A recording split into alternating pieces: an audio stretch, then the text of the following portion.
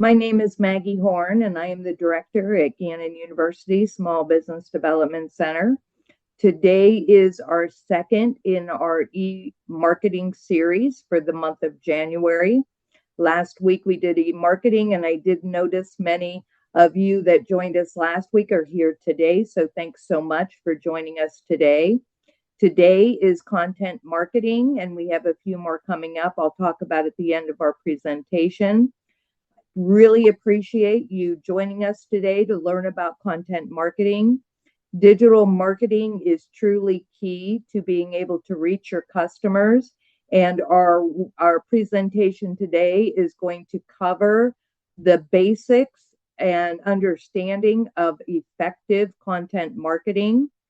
If you are a client of the SBDC, I know many of you are joining us from across the state. You're either another university SBDC client or our client, or you just decided to join us. Whatever the case may be, please do not hesitate to reach out to your consultant or join our program so that we can assist you in personalizing your content marketing, your marketing strategy in order to better reach your customers. So we will go ahead and get started on content marketing. Content marketing is defined very specifically to stress what content marketing is. And it truly is content that is created and distributed that is relevant and valuable. And those are two very key words and focuses that we need to consider as we are creating content. The objective is to drive profitable customer action. So all of the content that we create needs to be relevant to the people that we are looking to connect with. And also they need to find value in it. And your ultimate goal is to drive them to become a customer, either buying a product, downloading your white papers or whatever services that you may provide, engaging that way. But it does need to be a focused plan. So when we are considering content marketing process, this is what we need to consider. It is a consistent stream. So we continue to do this. It's not one and done. We need to be considering execution, then the promotion. We then need to measure what it is that we've done and then continue planning for the next. So we have to come up with a plan or a strategy. And we're going to be sending you a format, a template to help you to do this for your company, for you and your company.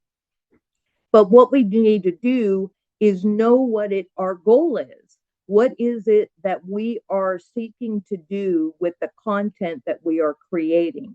So it begins with that plan.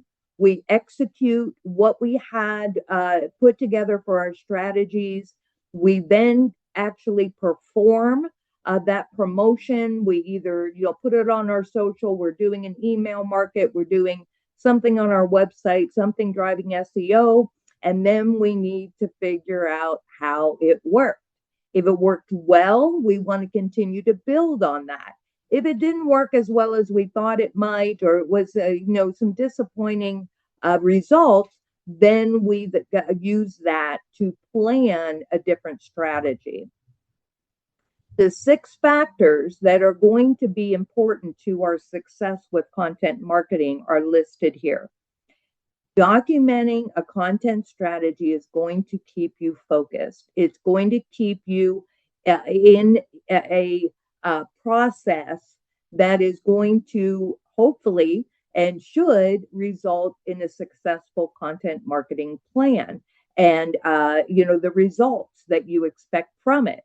You need to have somebody in charge. Now, I do know that many of our clients and many of those that have joined us today are the one and only, right? In your particular company, we have a lot of solo entrepreneurs that we work with. And so, you would be in charge of it. But if you have a team, you do want to make sure that someone has that ownership, because that's going to make sure that there's accountability and there's consistency with the content that you are creating. We need to publish quality content, right? We don't publish just to publish. And we'll talk a little bit more about that as we move through our webinar today, because it is important for that relevance, right? That we just spoke about, and the value that you're seeking to have with your customer. You want to make sure that you're mapping your customer's journey. Everyone has a journey from awareness to purchase, and having content that is matched to that journey, your business journey, as well as your customer's journey, is going to make it much more successful. You want to balance your content. You want to use the strategy we recommend is PESO: paid, earned, shared, and owned. When we balance that, we assure that we are utilizing all of the resources we have available to us to better reach the audience that we are seeking to connect with. And finally, by tracking the ROI, because even if you're not doing a paid ad, you're still investing your time. And often you do invest money, monetary as well. By tracking and knowing the performance, the KPIs, you're going to better understand what is working and what you're going to invest more time in. The roadmap that you want to consider is basically taking it from your discovery all the way to the optimization. And so our roadmap, our journey along this roadmap, it begins with having your budget, knowing where you are right now. What is it that you're looking to do? What is the goal that you're looking to achieve? What is the purpose of creating this content and moving along this roadmap? What is the destination? We need to make sure that we are branding. It's very important to keep on brand when we are creating content. What platforms are very important for us to reach our customers? They are on various platforms, and so we need to know what is the appropriate destination for the content that we're creating. Who is going to be in charge of it? How are we going to be distributing it? Who is going to be distributing it? Who's that team? And as I mentioned, often it is all about just one person. But it's important to make sure that we are aware of and have that strategy of who's going to do what. What are the topics? When we're creating content, there's a variety of topics that we should be considering that are related to our day-to-day business. And so what is the structure? What are those topics? What types of content will we be creating? And then knowing and understanding what the customer journey is going to help us to make sure that we have content that is meeting our customers at the stage that they are currently in. We want, obviously, conversions. That's what we're in business for, is to take that customer from awareness to purchase. And knowing the stages and creating the content for those stages are going to successfully get us there. We need to have reporting, our key performance indicators, our KPIs. We need to know this so that we make sure that we're on the right track. So we want to have that report, who's doing what and when are these various actions happening. That's going to be important for us as we optimize, which is our last section of our roadmap, with the content, the platform, and the distribution. By better understanding the roadmap and following this roadmap, we're going to have a process in place that will keep us on task, keep us focused, and allow us to be able to communicate and connect with our customers and potential customers. So it is a strategy. I mentioned PaySell, paid, earned, shared, and owned. And for those of you who are on the session last week, you should recognize this because this is very important in strategy, to be knowing all of the elements, to be knowledgeable and understanding of all of the elements, and recognize which ones are most appropriate for the content that we are creating. So knowing paid, earned, shared, and owned, we want to make sure that we are balancing this strategy for the appropriateness and the focus that the content is expected to be, that it's in place. Who are we trying to reach? Where are they going to most likely see this content, engage with it, and understand who we are and what we have to offer? So we do want to make sure that we have a strategy. There are a variety of strategies that are available, but when we focus on this strategy, which is very well known and very common, it allows us to do the creation of content within one of these areas that is most beneficial for reaching the audience that we are expecting to reach.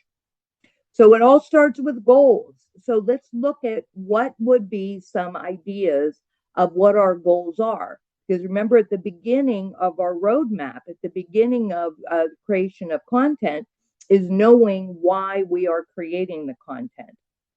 So knowing that is going to help us to create it, get it to the people we need, understand where those customers gather that information, where they're most likely to see it.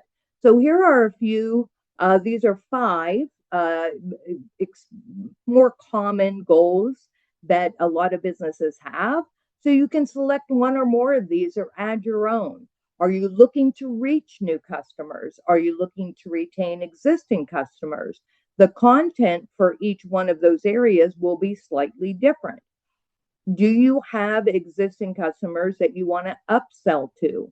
Are you looking to just create the affinity for your brand? You're just wanting to have people know that you exist, that your products are there, and that you want them to be loyal, begin a relationship with you and your brand. By having the goals in place, it's going to help you to take the next step much more effectively and efficiently, because the funnel, the content marketing funnel, looks very similar to the buyer journey, also looks very similar to the sales funnel, right? Because it all starts up at the awareness and attraction, and then goes to the engagement and evaluation, and then ultimately to conversion. We begin at the top with the awareness and attraction, knowing that we're not going to attract everyone, right, to the next level. They're not going to go to that engagement and evaluation. That's why the funnel is shaped as it is. You cast out basically a large net, then you come into an area of the evaluation, and you're engaging, and there's more, more curiosity and willingness to learn more about your product, about your service, about your company, and ultimately then taking them to the actual purchase. And if that's an e-commerce site, if it's a product, could be a service, it could be engaging in some type of event that you're having, whatever the case may be. It all begins at the top. And so we want to get that information, that content in the awareness and traction stage out to as many people as possible, so that those that are interested continue to travel down that funnel. And the content that we create is going to be applicable for each of those stages. And that's why it's important to know what our goal is, so that we know and we help our buyer move through that content marketing funnel which ultimately is also the buyer's journey. So things like social media, blog posts, ebooks, various other newsletters, etc. That's going to be at the top. That's the content you're going to create in the awareness and attraction. In the engagement and evaluation, it's going to go a little bit more deep. It's going to be deeper into content as far as more detail about your product or service, a better way of gathering that information, giving some links, some useful resources, and allowing the buyer to get a little bit more information after now they're aware of it. Now they can get more information to help them determine, do they feel it's an appropriate purchase for them, a good transaction for them. And that's where then we come to the conversion. And we want to make each step, the communication in each one of these areas, to be clear, relevant, and expected to move that customer through as smoothly as possible. So some examples. So in the awareness stage, and an example here that we're using is beard care. Right, a lot of, and this is pretty appropriate for this time of the year, right? There are a lot of people that grow their beards out in the wintertime. And it is very popular, has been gaining popularity on beard care. And so this example would be if you have products that are, for beard care. So the goal in awareness is to educate the buyer on the importance of beard care.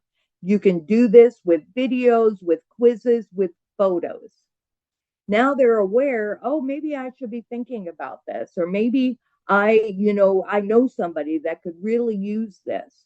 And now you're aware that their products exist, that these products are out there. Now you move to the consideration. So the content for the consideration, the goal in that stage is to demonstrate why your beard oil is superior to others when it comes to beard care. You do this with content types such as infographics. Customer reviews are phenomenal during consideration phase, and discount codes. Give them a little bit of an incentive to take it to the next level, right? Okay, I'm aware it exists now. I'm thinking about it, so I'm considering it. Maybe this will entice me to go ahead and take the chance. In the decision phase, your goal in that, for this particular example, is to reassure and convince the buyer to complete the purchase. You can do free samples, a trial. You could also use FAQs. We want to give our customers as much information as possible, answer as many questions as we believe that they would have in order to finally make that purchase. So this is where the different content needs to be created and how it is applicable depending on where that customer is in the buyer journey, which follows along the content creation journey as well. Now that we know that, this is the content we're considering, this is our goal, this is where we need to be moving towards that end goal, but who are we marketing to? We need to know who our target audience is. It's very important to know who they are. It's also very common and should be catering to more than one type of reader or viewer, your strategy, right? Because you're going to have people that are connecting with you in some way, that are in various areas of their journey. So we do want to make sure that we have content that is being created and being put onto the appropriate platforms that is applicable to a customer no matter what stage they happen to be in. It allows you to deliver that content to each type of audience, each target market that you are looking to connect with, and engaging with everyone, in your company. So knowing who your target market is, and there could be several different audiences, segments that you are looking to engage with, it requires you to have that content available and created to be able to reach them at that point. So how do we know who our target market customers are? You want to ask yourself these questions. Most of you, I suspect, know who your target customers are, but sometimes we might have target customers that are in different segments, right? And so, depending on what it is that our products or services are, what our business does, we may have a variety of target customers, right? Several target audiences. So, we do want to ask ourselves these questions. Not only does this help us as business owners to much better understand our customers, but it also helps us to create content. When we know what their interests are, when we know what their pain points are, when we understand why they might be objecting to our product or service, and any gaps of information that we feel that we can be providing that will help them to take them to the conversion, then we can create the content that is applicable to all of those areas that the customer is experiencing. So we do want to ask ourselves these questions for our different target segments, target audiences that we've identified, that either we are aware that this is a product or service for this demographic, or that we are trying to target and bring into and help them to know that our product or service is going to help them to solve their pain points, to solve the problem that they feel that they have. So I do encourage you to look at this list, really consider what your customers are feeling and what their needs are, because it's truly going to help you to not only better understand your audience, but it's going to help you to create the content based on the answers that you have to these questions. You need to remember that behind every tweet, every share, every purchase is a person just like you and me.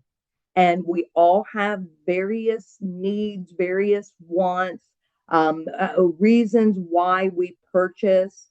And we do want to make sure that we really understand our target audience as much as possible, because it's all about engaging and having your customers feel that they are important to you as a business. You know what it is they need, and you're providing them that product or service that is going to fulfill that need. Let's take a look at content type. So we know our audience. We know what they're looking for.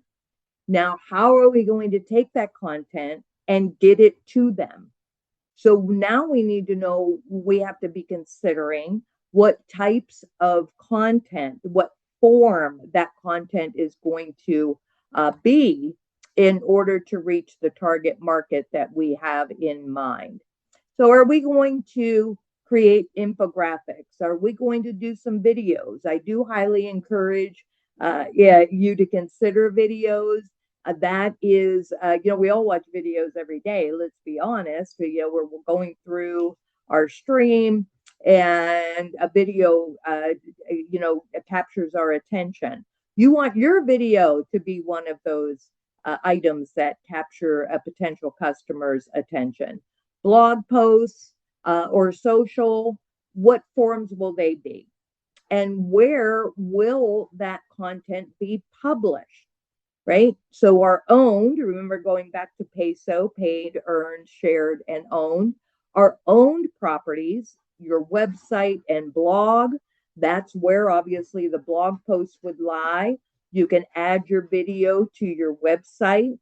Social media properties.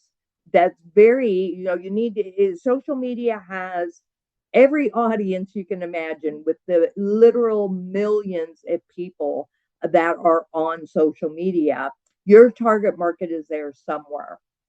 So that very well may be where those videos, those narratives, those infographics are going to be published.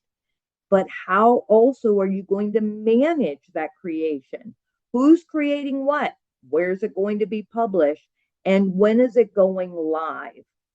We will be doing an email marketing webinar next week and a social media marketing the following week.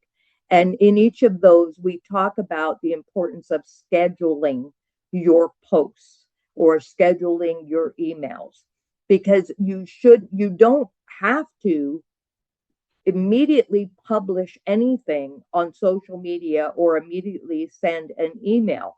You can utilize tools in order to be able to create your content, have it ready to go, but not have it published immediately. That's where your planning comes in place, right?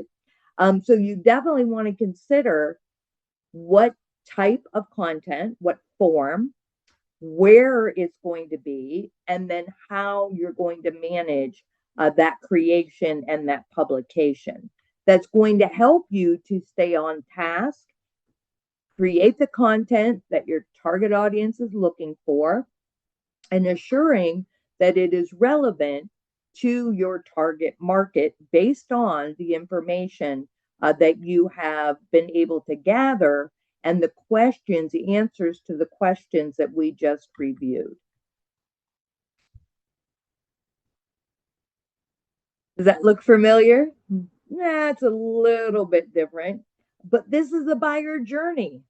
So the awareness, the interest, the desire, the action, this is where we are seeking that connection in each one of these stages. And how we do that will be relevant to where that journey, that buyer is in their journey, and based on the information that we have and the content we have to be able to connect with them. In the awareness stage, we're doing advertisements, we're doing some articles, we're doing some webinars and podcasts like what you're on today, right? Awareness is where we are casting that larger net. So more people are aware. There are a number of people that are aware of who we are, what we do, and what we have to offer. Based on that, you're going to have some buyers move now to the interest. Oh, I didn't even know that product was out there. I wasn't aware that company existed. I want to learn more. So the interest stage, our content is going to include social media, getting them to like our page, follow our page, doing a newsletter, having them sign up for and provide you with an email address, right? You have that available to them on your website. Sign up for our newsletter to know more. And that way that they're going to be able to get that information that they're seeking because they have interest. So our content would include a newsletter, doing some email campaigns. The desire stage in the buyer journey. So we've gathered they're aware, they are now interested. Now we want to take them to the next step that is going to be, I really want this product or service. I really want to engage with this company. And so this is the area where we have more information like brochures and ebooks, information that's going to help them to take the next step, that action, in order to be able to truly connect by making the purchase, downloading the ebook, whatever it is that your product or service happens to be, is where we want to drive our customers. And it's all driving them with the appropriate content at each one of the buyer stages in their journey. The biggest mistake that brands make when creating content is it's all about them. It is not ever about us and our business and our product and service, as far as all of our content is about that. We need to be considering what we do, what problems our products or services solve, how it is going to make our customers' lives better, easier, solve their problem, what is important to our customers, not what is important to us. It's always about the customer. So we want to make sure that we're thinking and acting like a publisher. We certainly want and need to talk about who we are and what we do, but it needs to be in the context of how what we do solves your problem. When we do that, the engagement, the willingness to continue to engage with and buy your product is going to very much increase, because it's relating to them, it's relevant to them, and it's valuable to them. So we want to make sure that we're thinking and acting like a publisher. But how do we get it out there? What are the different ways that we are going to organize our content? Are we going to have themes? There'll be a series? Is there going to be a trigger event that is going to then have that content published? We want to look at some of the other publishers in our space. We don't copy and paste and steal their information. But what we do is look at those more successful competitors or similar companies that have engaged, that or have been creating good content, what kinds of content that they have been creating. And by doing that, that's going to truly allow us to make similar content that should be attracting some of their, hopefully some of their customers, but potential target audience, because it's the same audience, right, that they are publishing to. So how we're going to publish, how we're going to organize is going to be dependent upon these factors. There is not any specific cookie cutter way to put in place content purposes. There are, however, some guidance, some guidance available. So this is some guidance as far as content purposes, right? Why are we doing it? What is the point? Why have we created that infographic? Why did we do that video? What was the purpose? And so this, again, is not a cookie cutter, and it's not to say you have to do it exactly this way.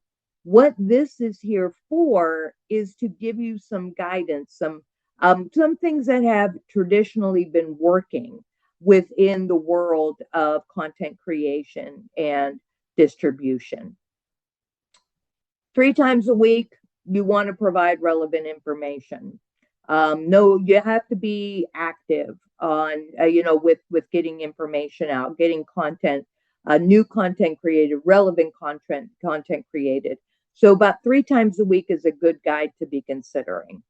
Twice a week, teach how to do something. You have a product. Is there there has to be used in a particular way? Can your product be used for a variety of things?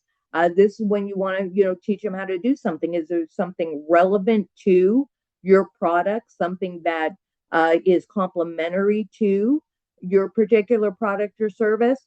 Teach them how to do something. Start a conversation. We see posts like that all the time. We see even in emails or in surveys, that is a way to start a conversation. Do that once a week or so. We want to inspire, right? It's all about engagement. and it's social. It's right in the name, right? Social media, inspiring, starting a conversation. Those are very important things to consider. And finally, we don't have to be serious all the time. It could just be to entertain. It can be sharing something that is relevant to the industry that you're in. Maybe it's something that is relevant to your team, your business itself, your brand. But we want to use these various purposes in order to keep things fresh, to show a variety of sides of your product and service and you. And this is a pretty good guidance, model to consider if you're wondering what type of content should I be doing and how often. This is a good practice to begin with. And then obviously, you're going to adjust it as you feel and see fit based on the kinds of responses that you're receiving from your target market. And how do we distribute? There are so many different ways to distribute. The most common ways are here, the tactics for distribution. Ad networks, you have Google AdWords. Most people are familiar with that. Organic social, LinkedIn is listed here, but that is, everything goes viral, right? We hear that a lot. I don't know how that post went viral. I didn't expect that post to go viral. That means it's organic social. That is a tactic for distribution. Can we force that? Absolutely not. But can we make it to be potentially occurring? Yes, by creating relevant and valuable content. That's when organic social is going to occur. There are times that we need to be considering doing paid social. The balance, paid, earned, so shared and owned, right? Paid is going to get some immediate attention because that's why you're paying for it, right? To get right out in the middle of somebody's news feed, get their attention. And it typically is a timeline, right? By today, we have 3 days for this, sale that we are having or discount that we are providing. So paid social can be used on a number of platforms, including, of course, LinkedIn, Facebook, and Instagram. Native advertising, there are a variety of sources that are out there. An example is Sharethrough. And then, of course, search engine optimization. SEO is what brings your website, your Facebook page, your existence, your presence online to the top of a rank in the ranking orders in an organic search. So when somebody goes to Google and searches a particular keyword, the way that your company or your website, your Facebook, your presence appears is based on search engine optimization. So having keywords in place, updating data consistently, not letting things go stale, making sure that you're updating your website regularly. All of these factors are what brings your ranking up in SEO. And then, of course, lead nurturing. We know we should know who is interested in our products and services, and we are able to gather their emails, know that they are right there on our Facebook page, or they have signed up for our newsletter, and they've given us their email address.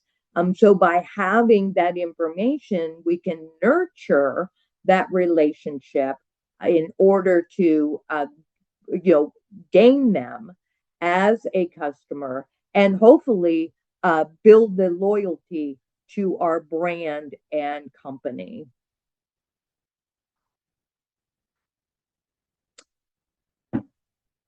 A way, one of the, what I have found over the years, and very commonly out in a variety of resources will tell you as well, imagery is so very important in content creation.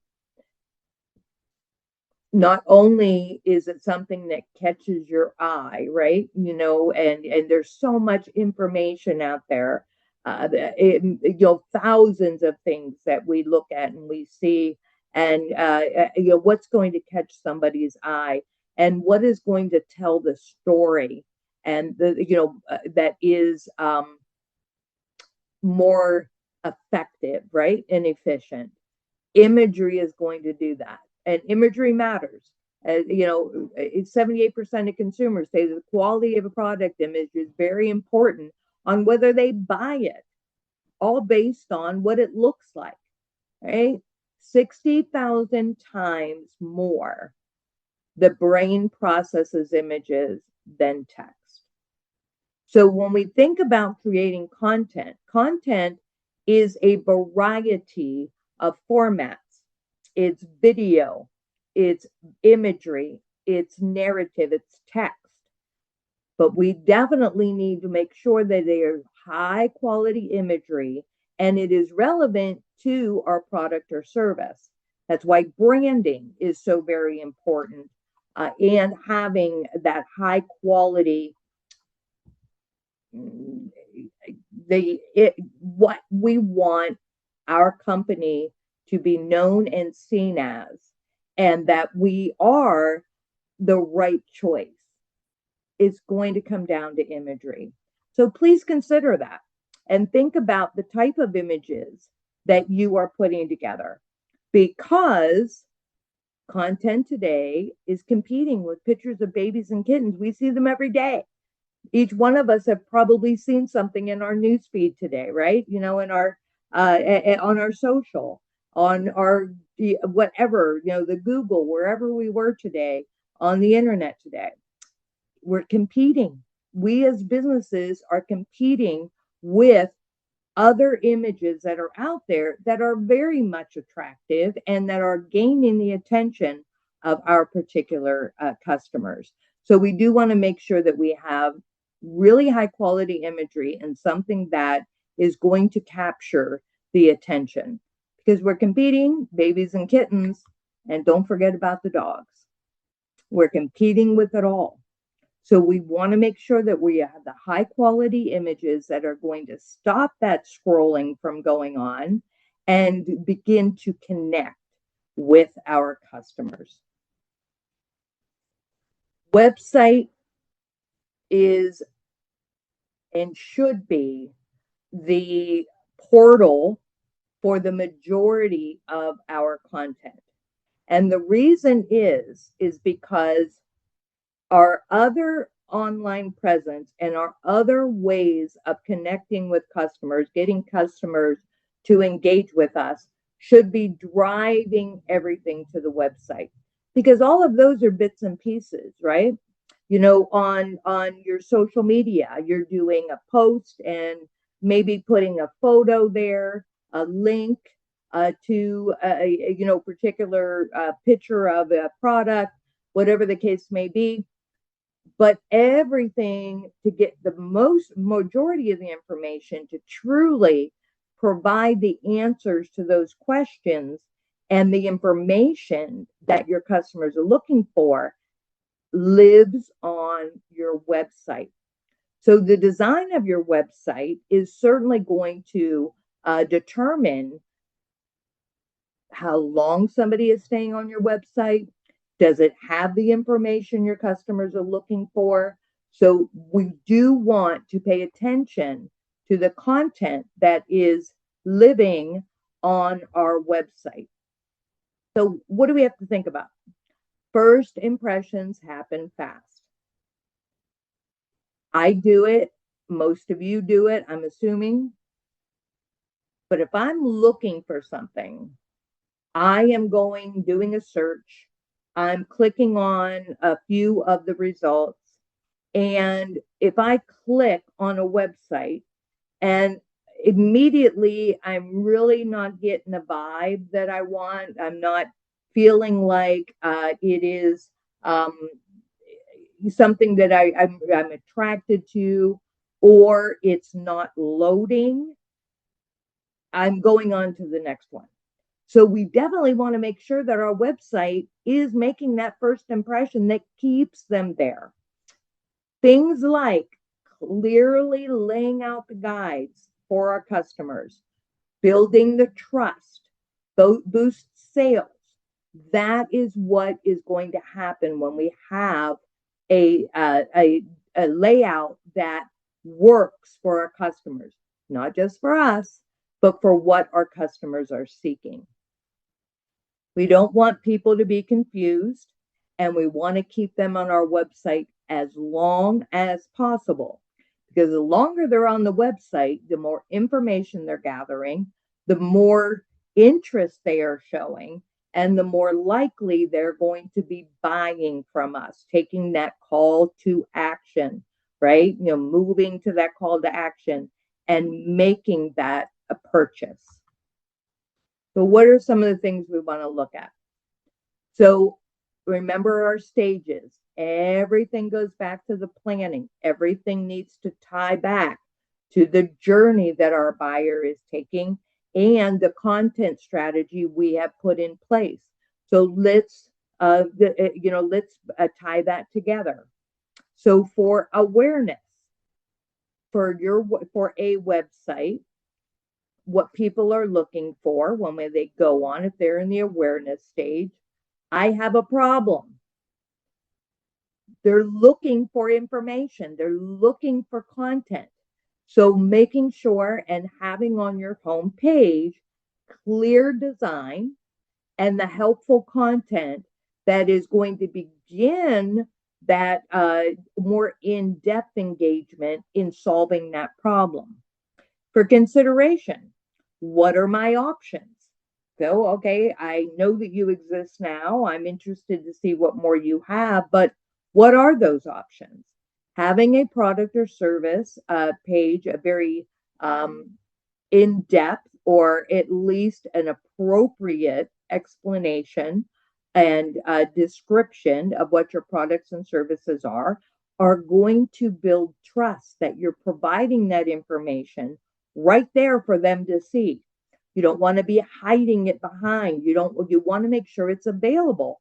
How does somebody know that they want to buy your product or service if they don't have the information about it to make that decision? When they are in the decision stage, when they're on your website, I'm ready to act. So you definitely want to have a clear, strong call to action, a button, buy here, download our book here, whatever action it is that you want that customer to take, you want it to be very clear and an easy checkout. We have all had our considerations or our experiences, let's put it that way, of not so easy checkouts. And I've abandoned checkout, my carts in various places, various websites, because it's very discouraging. We don't want that to happen. So we definitely want to make sure that we have a strong call to action, a button, an easy way to check out. That's the decision stage. And we do want to keep our customers engaged with us. And so what content do we want on our website for our post purchase? We want to thank them. We want to support them. We want to ask them for a review. And that it's important to us to know what your feedback is. That's what builds loyalty and builds your brand. So consider the buyer journey, the content related to that buyer journey that is needed to be on your website in order to be the most effective at gaining and keeping that customer.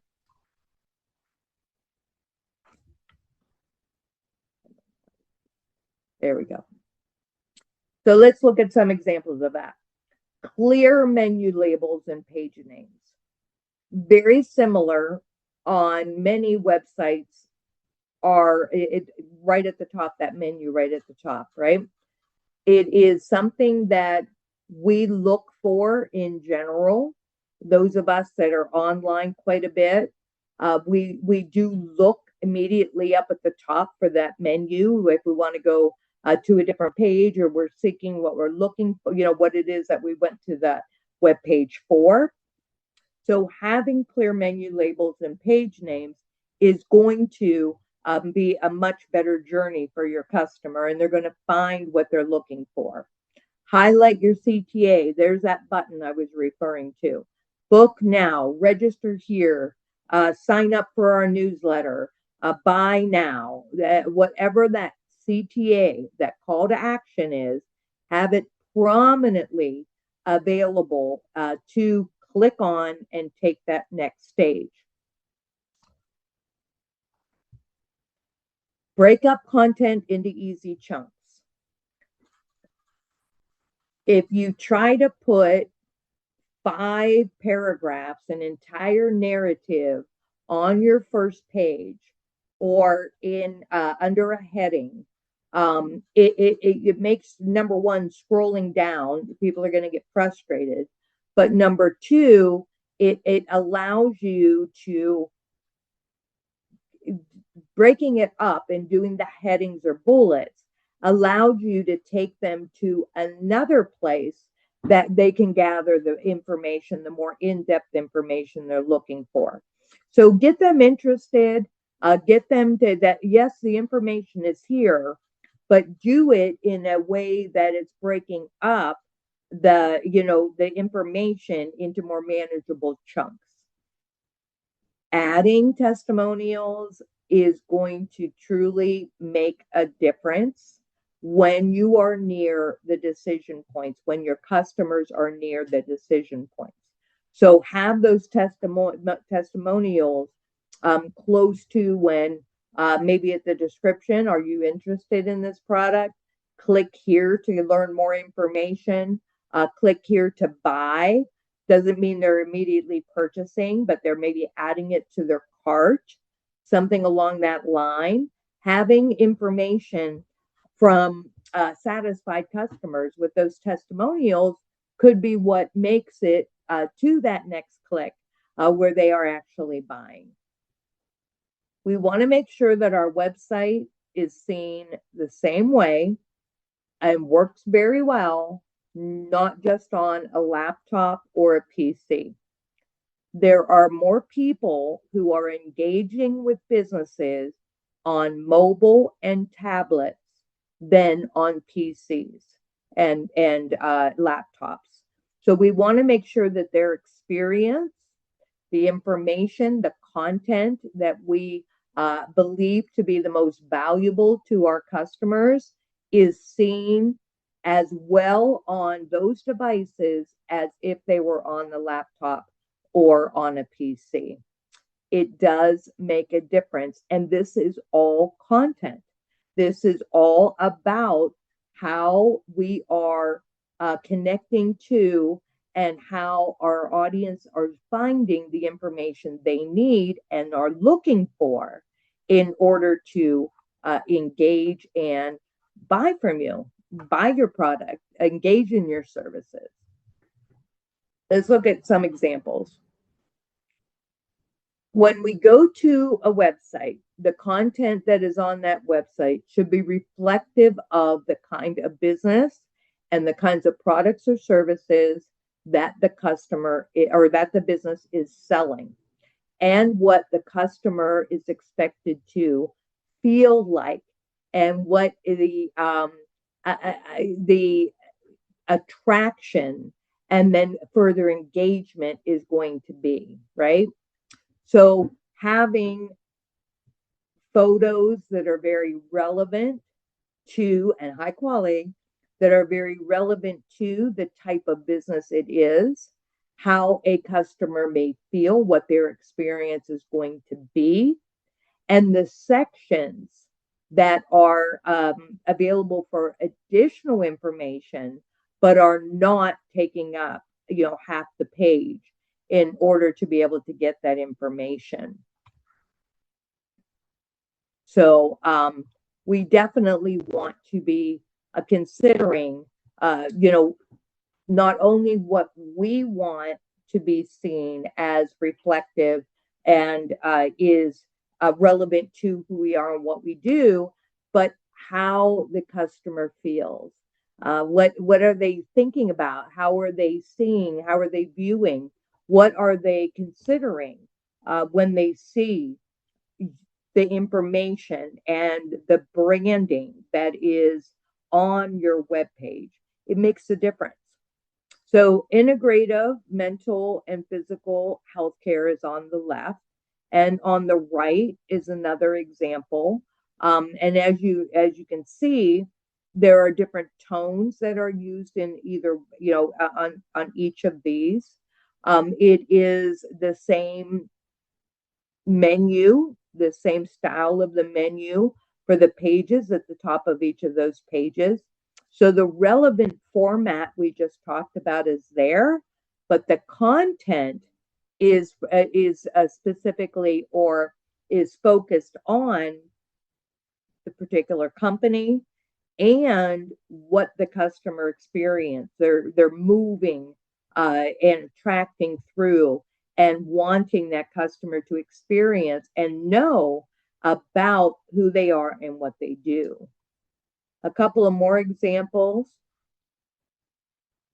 Don't we all want to be at the left today as we look out the window or we've traveled through the snow? If you're not in this area, I'm not sure the rest of the state what you're experiencing, but we're having one of our wonderful snow storms or events, whatever we'd like to call them in our area. So that beach looks pretty good.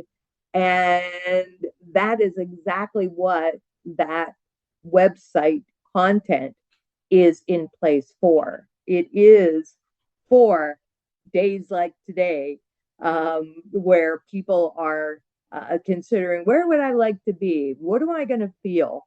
Look at how they want you to have the feeling and what the experience is going to be if you do choose to go to their villa, right? On the right is a more prominent, right? This is a good example of sign up for events and tours. This particular company, it's a distilling company. That is where they want people to immediately begin to engage. And so they have the pop-up, different feel, again, very clear what that website sells. The content is clear and concise, not a lot of verbiage, more places to take action. And then finally, content. If your website is an e-commerce website and you have positioned your presence in order to be an e-commerce site, right? That's what your purpose is for people to buy products from you. Then your content is going to look a little bit different, right? You want people to be buying your product, and you want to make it the best way, the best journey travel through your website as possible. So if somebody's coming to your e-commerce site, they're expecting to immediately start seeing your products. And so that's what these examples are here of what good content is on e-commerce websites. It is not just having a list of products, pictures of each product, and buy here. Your home page, when people come to your website as an e-commerce site, should be more of a snapshot of what it is that you have to offer and a way to get to that stage of purchase. So these are two pretty good examples of websites or e-commerce sites and a variety of examples of what we mean when we talk about website content. It definitely makes a difference on if a an individual stays on your site or they seek out another, and how long and what their journey will be on your site. All of the information that I'll say this here and then I'll say it a little bit later as we wrap up here shortly. You need to be consistent with your content throughout all of your platforms. So if somebody is receiving an email from you, they're seeing an ad, they have gone to your website, they're on your social media page, they should be recognizing your brand, who you are, what you do, what your products are, that consistency. And let's face it, it takes a lot of time to create content. So you want to utilize it in as many places as possible. So when we create content, we want to figure out what that content, where it's going to be, when we're going to post it, when it's going to be distributed, what it's going to look like depending on the platform, and what is the outcome that will be expected from that content in each. An example would be video.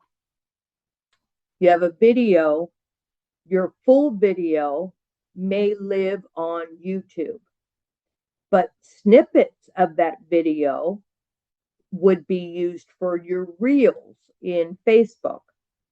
It may be also on your website.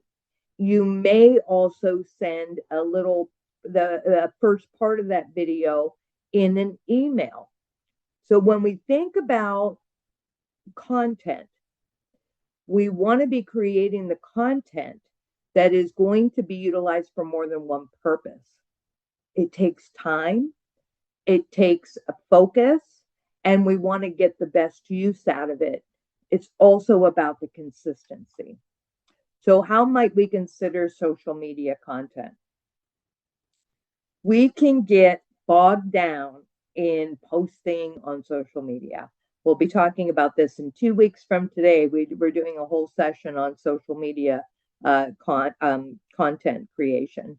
And what we have to consider when we are creating content is posting with purpose.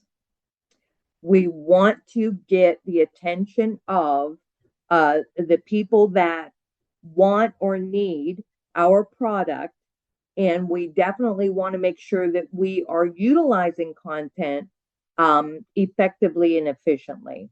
So we need to set our goals. We can get so wrapped up and we can get so frustrated at times on what am I going to post today? What I know I need to post. I haven't been on social for 2 weeks, whatever the case may be.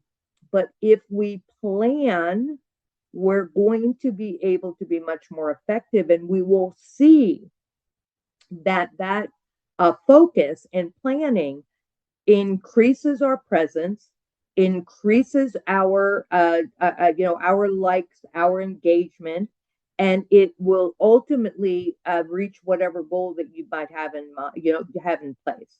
So let's decide what that's going to be. Do you want to increase brand awareness? Do you want to drive more people to your website? Are you looking to get more purchases going on? Are you a nonprofit and you need volunteers or donors? Well, you need a goal, because that goal is going to allow you to create the appropriate content. So think about that. The example goal, right? Grow Instagram by 1,000 followers and generate 50 website visits per week from social media. That is a SMART goal.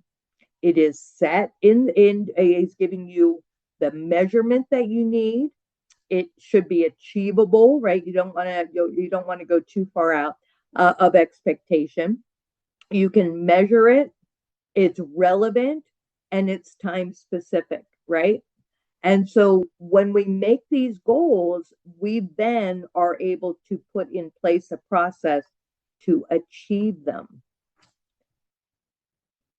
There are hundreds of social media sites out there. We obviously, in general, know the major ones, right? The more prominent, the Facebook, Instagram, TikTok, LinkedIn, right? But there are hundreds out there. However, we typically will focus on the major, most populated social media platforms. When we know who our customers are, we then know where they spend most of their time. Let's be honest. There are certain segments, certain geographic, demographic, age appropriate interests that are going to spend more time on one platform than another. Your product or service may be much more applicable for people that spend more time on one over another. But we want to be able to reach our customers where they are, not where we're comfortable. We might know how to do Facebook, so we're going to stay there. But what if your primary audience are business, business to business? Then you need to be on LinkedIn. So we need to know our audience so that we can create our content and put our content where it's going to be most efficient. Some examples, when we are creating content, we want to have that focus on the purpose, why, who, and what is the content, what are the themes, right? So an example, when we are considering content pillars, the 3 to 5 main themes that you're going to concentrate on, because you're going to have multiple posts on your social media. It's not one and done. So you want to have a variety of those posts. An example for a healthy snack brand could be education, behind the scenes, promotions, community, and lifestyle. Think about how this example could be applicable to what your company does, what your products are, your services are, and how might you fit into these various themes. What would your themes be for the kinds of product or service or your company in order to create and choose our content pillars? From those pillars, what does it look like? What are the types of content? What makes sense? What reflects what we're considering? What the promotions, what the educational piece, what the get to know the team. This is going to help you to focus on and create the appropriate content types. Quotes and testimonials are excellent for building brand and building loyalty. Photos of your products are going to be enticing, right? People then will be familiar with what your products are. Get to know the team for people. That could be some of your videos, right? Reels or TikTok. Stats might be important to somebody. Stories or live Q&A. Don't be shy about doing things like live Q&A. People want to get to know you and your business. Your customers like to engage, especially on social media. So don't be shy about doing this. You will get much more comfortable doing things like live Q&A or doing a video as you do it more often. And it will definitely attract and build your customer relationships. So get your content types. And then how often are we going to do it? We have our content. We've created our content. We have our themes. Now, how are we going to schedule this? When are we going to be making it go live? That putting it out onto our Facebook or onto our our website. I'm sorry, not our website, our Facebook or our TikTok, whatever platform, right? LinkedIn. Plan your weekly or monthly posts based on your content pillars. When we have those content pillars, creating the content goes so much more smoothly, right? We know the educational tip, we can come up with 3 or 4. We do want to do behind the scenes, we can come up with 3 or 4 different things we'll do there. Our customer stories, our get to know our team, our lifestyle or engagement, right? By giving it a day, we now have a consistency, and now our content calendar is building itself out. We are going to provide you with an example, a template of a content calendar, so that you have something to utilize as you begin considering a content calendar. There are also other tools. You can do this in Canva. Trello has Google Sheets, but we do have a template that we'll send out to you and that you might find useful in creating your content calendar. It does make it a lot more less stressful and more effective for you when you have really sketched out what it is that you want your brand to reflect and what you want your customers to know. With all things that we do, we need to know if it's working. So we need to be making sure that we're tracking and we're adjusting. So we want to look at our metrics. Now this says monthly. If you are doing a targeted plan, you want, maybe you're having an event in 2 weeks. You want to be looking obviously more than monthly. If you are looking to build your brand or awareness, you want to just keep track. I want to gain 500 more followers by in 3 months. Looking at the metrics monthly at minimum is what you should be doing. You don't need to look daily. We all have 1,000 other things that we're doing. However, you need to look at it regularly. And what are you looking for? Engagement, the likes, comments, shares, the reach that is given to you in the insights in your meta for your Instagram and Facebook, and then in the same analytics that are in LinkedIn and TikTok with your business pages. What is your growth of followers? And have you, from activity on social media, what are the resulting sales or conversions? When we know what's working, we want to do it more often because it's getting the best response.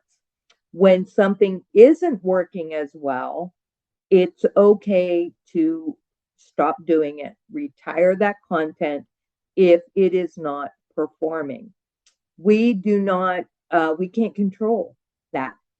All right. We have to get the feedback. We have to understand based on the information that we're getting, the facts, the factors, the and analytics that we're receiving to know what would be best, for what people are reacting to and what is relevant to our customers.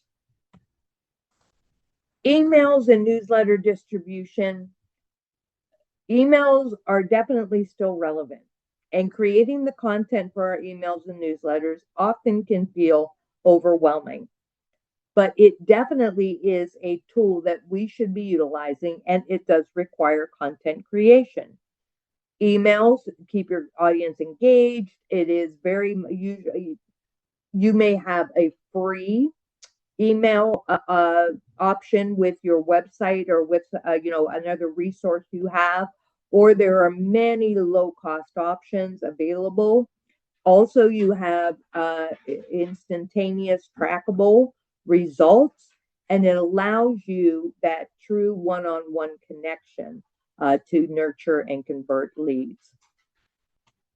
Strategize, same thing with the content calendar example that I am providing, we are providing to you, are going to have the various platforms, email, website, etc., For your email strategy planner, make sure you are setting clear goals. You know your audience already. We've talked about it several times during our presentation. Your audience is your audience. Knowing your audience is going to let you know and create the relevant content. Monthly email plan. We don't want an email every day from people we follow, people we've signed up. So don't do that either, right? But also, how often? Is it bi-weekly, weekly, monthly? Knowing and having a plan in place is going to help you to communicate effectively. Make sure you have the content in place. Most people are opening their emails on mobile devices. So you do want to make sure that your email content is designed for mobile devices, because that's how we open them. Look at our results, our analytics, and use tools like MailChimp, Canva. There are different CRMs by HubSpot. Constant Contact is what we use at the SBDC. It helps to build the templates, which then allows you to just then put content in. We'll be doing our email, covering this a lot more next week with some, specifically for email. But in a nutshell, you want to know what the goal is of your email, who you are looking to connect with, who you're sending your emails to, how many you are going to be sending, how often. Have a subject line. Often that's a reason somebody will click or not. And what is your tone? Every brand and company has a voice. Your content should be reflecting that. Is it warm and friendly? Are you much more professional? Are you casual and informal?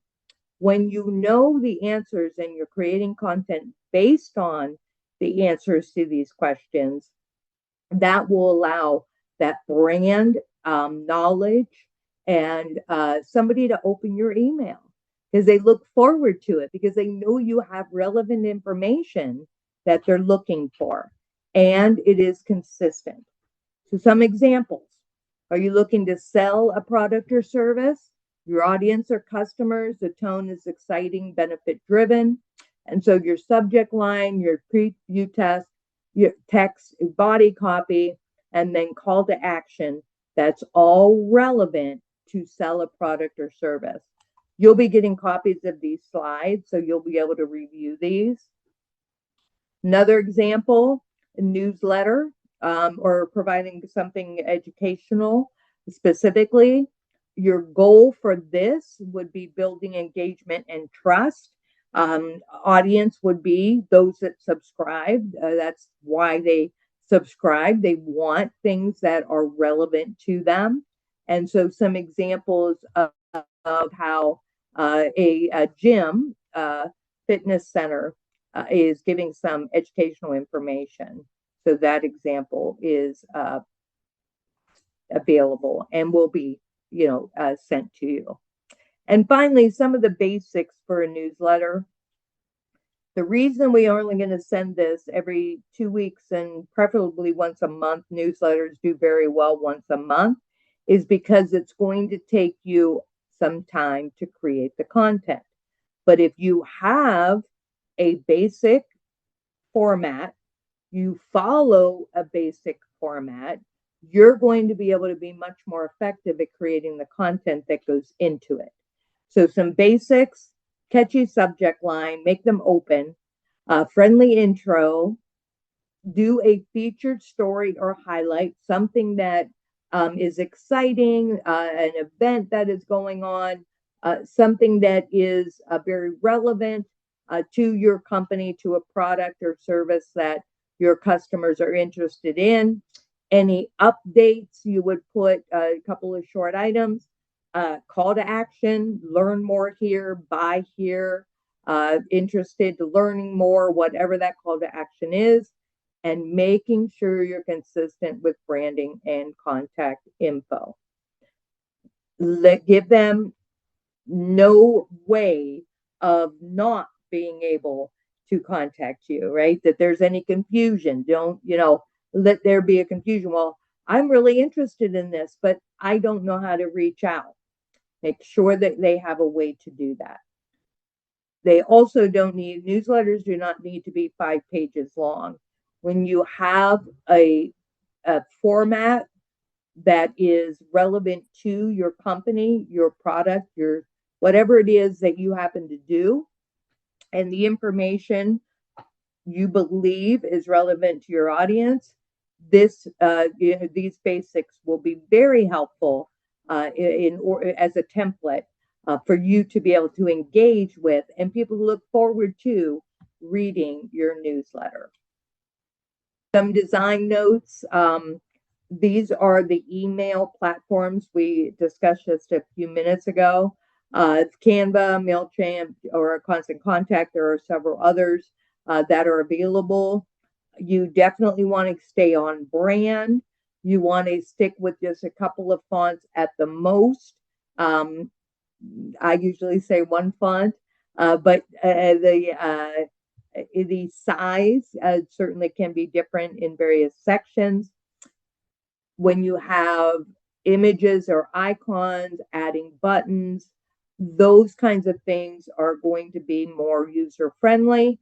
And finally, do a test email.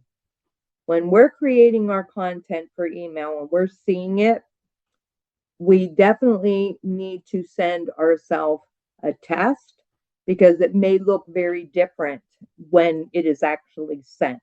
So make sure you do that so that you're putting your best foot forward and it looks the way you want it to be and how you want your audience to see it and the reflection that it has. And finally, analysis. So we started with you need to do a strategy and a plan.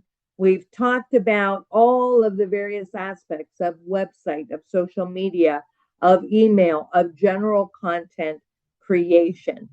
And it can be very enjoyable because it is something that allows you to get the information you want your customers to have and the excitement that you have about your company, about what your product does, and developing that content that will get that message to your customer.